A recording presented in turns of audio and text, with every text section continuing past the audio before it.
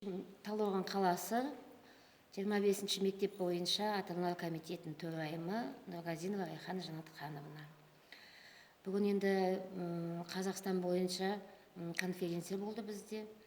Бұл конференцияда ата-ананың өз баласына үлгі болуы, бала менен ата-ананың қарым-қатынасы жайында, және де осы балалардың қазіргі бізде суицид, өз-өзіне қол жұмсау жайындағы өте мәселелі үлкен тақырыптар өтті.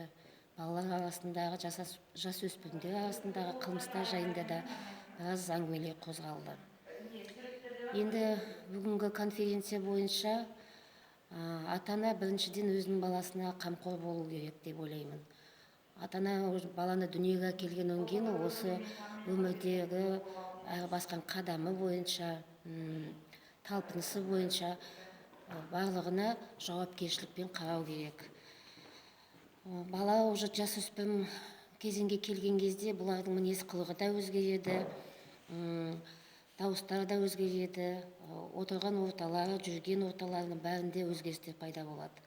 Осы кезде ата-ана болып, мектеп болып, сынып жетекшісі болып, барлығы бірге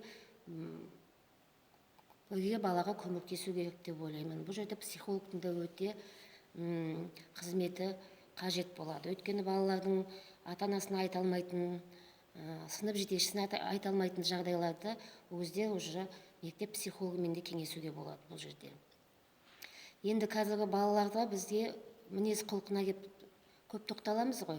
Сол мінез құлқына келген кездегі айтатынымыз балаларды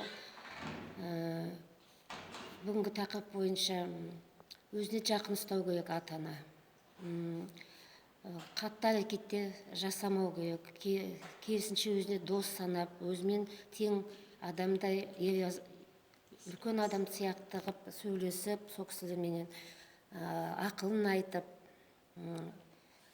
барлық жағдайды дұрыс жолмен көрсету керек деп ойлаймыз. Бүгін өзі тақырыбымызды соған келіп тірелді ғой.